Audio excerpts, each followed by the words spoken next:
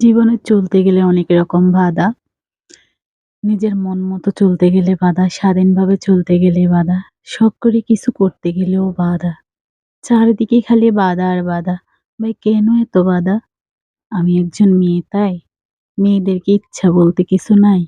মেয়েরা ইচ্ছে করলে কিছু করতে পারে না? কেন এরকমটা হয়? আসসালামু আলাইকুম বন্ধুরা, সবাই কেমন আছেন? আশা করি সবাই ভালো আছেন। আলহামদুলিল্লাহ আমিও আপনাদের গ্রামের আপা খুব ভালো আছি। তো শীতের সকালবেলায় এই যে আমি চলে আসলাম রান্না করতে। তো এখন তো প্রচুর শীত পড়তেছে আর গ্রামে তো শীত অনেক বেশি পড়তেছে। যদিও শহরের তুলনায় গ্রামে অনেক বেশি শীত, শহরে একটু কম শীত পড়ে। তো এই যে সকালে ভোরে আমি রান্না করতে চলে আসছি সকাল, সকাল। শীতের সময় গ্রামে সকাল, সকাল রান্না করতে অনেক ভালো লাগে। একদিকে প্রচুর শীত, অন্যদিকে চুলার তাপে শরীরটা একটু গরম লাগে, তাই ভালোই লাগে। তো এই যে আমি আপনাদের গ্রামের আফার রান্না করতে চলে আসছি লাকড়ির চুলায়। তো এটা হলো আমাদের গ্রামীণ রান্নাবান্না। তো আমরা এই যে পাতা-লতা দিয়েই রান্না করি দেখুন। তো আমাদের মতো করে আমরা জীবনযাপন করি। তো আমি গরিব একজন মানুষ। তো আমার যতটুকু আছে ততটুকু নিয়েই আপনাদের মাঝে উপস্থাপনা করা। তো আশা করি আপনারা আমার পাশে থেকে আমাকে সাপোর্ট করে যাবেন। এই যে সকালবেলায় রান্নাবান্না নিয়ে চলে আসছি। তাজা, তাজা শাক-সবজি রান্না করব আজকে। আর এই যে মাছ, রুই মাছ দিয়ে আজকে ফুলকপি দিয়ে রান্না করব। আর এই যে কাসকি মাছ দিয়ে লাল শাক দিয়ে রান্না করব। যদিও আমি এরকম গুঁড়ো মাছ দিয়ে শাক দিয়ে কখনো রান্না করি নাই, ফার্স্ট টাইম করতেছি। আমি এক জায়গায় খেয়েছি, আমার ভালো লাগছিল। তো এই যে আমার ভাতে বলক চলে আসছে।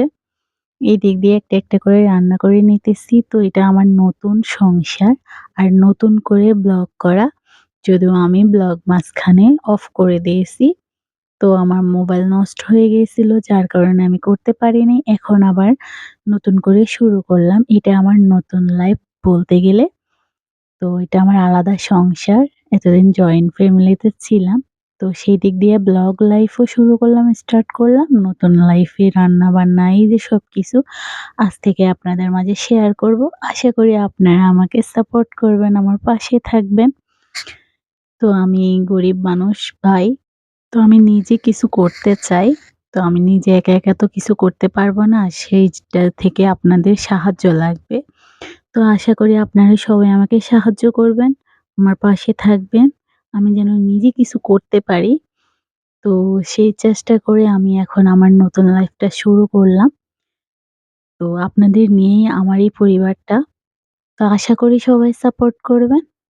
আর গ্রামের মেয়েদের কথা কি বলবো ভাই, ইচ্ছা করলে সবকিছু করতে পারে না। যদিও ইচ্ছা করে কোনো কিছুই করতে পারে না। যদিও কিছু করতে চায় ওটা অনেক চিন্তা ভাবনা করার পর করতে হয়। যে এটা করতে যাবেন এটা ঠিক না, ওটা করা ভালো না, এটা করলে এই হবে, ওটা করলে এই হবে। তো এরকম তো সমস্যা আসতেই থাকে। তো কিছু করার নাই ভাই, জীবনে চলতে গেলে কিছু করতে গেলে সবার কথা শুনেই সামনে এগিয়ে যেতে হবে এটাই আমি মনে করি। তো আমি যদি সবার এরকম বাধা মানতে থাকি তাহলে আমার লাইফে কিছুই করা হবে না। তো কিছু, কিছু ক্ষেত্রে সবার কথা উপেক্ষা করেই আমাদেরকে সামনে এগিয়ে যেতে হবে। তো গ্রামে জন্মেছি তাতে কি হয়েছে? একটা মেয়ে তাতে কি হয়েছে? তাই বলে কি সামনে এগোতে পারবো না? কিছুই করতে পারবো না? চেষ্টা করলে সবই সম্ভব। গ্রামে থেকেও অনেক মানুষই অনেক কিছু করেছে। তো আপনাদের সাপোর্ট পেলে সবই সম্ভব হবে আশা করি। তো কথা বলতে, বলতে ফুলকপিটা কষিয়ে নিয়েছি। টমেটো কুচি দিয়ে দিলাম। এবার পরিমাণ মতো পানি দিয়ে রান্না করে নেব। তো আমার রান্নাঘরে রোদ পড়তেছে তাই কালারটা এরকম আসতেছে। এদিক দিয়ে গরম পানি বসিয়ে দিলাম বাচ্চাদেরকে গোসল করানোর জন্য। তো প্রচুর শীত পড়লে বাচ্চাদেরকে গরম পানি দিয়ে গোসল করাই। তো এদিক দিয়ে যে রান্নাবান্না হয়ে গেছে। তো আজকের এই ভিডিওটা আপনাদের কেমন লেগেছে অবশ্যই কমেন্ট করে জানাবেন।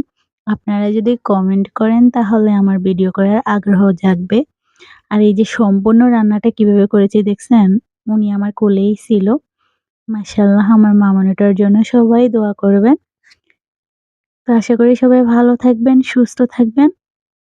সবার জন্য রইলো অনেক, অনেক ভালোবাসা, শুভকামনা। আল্লাহ হাফেজ।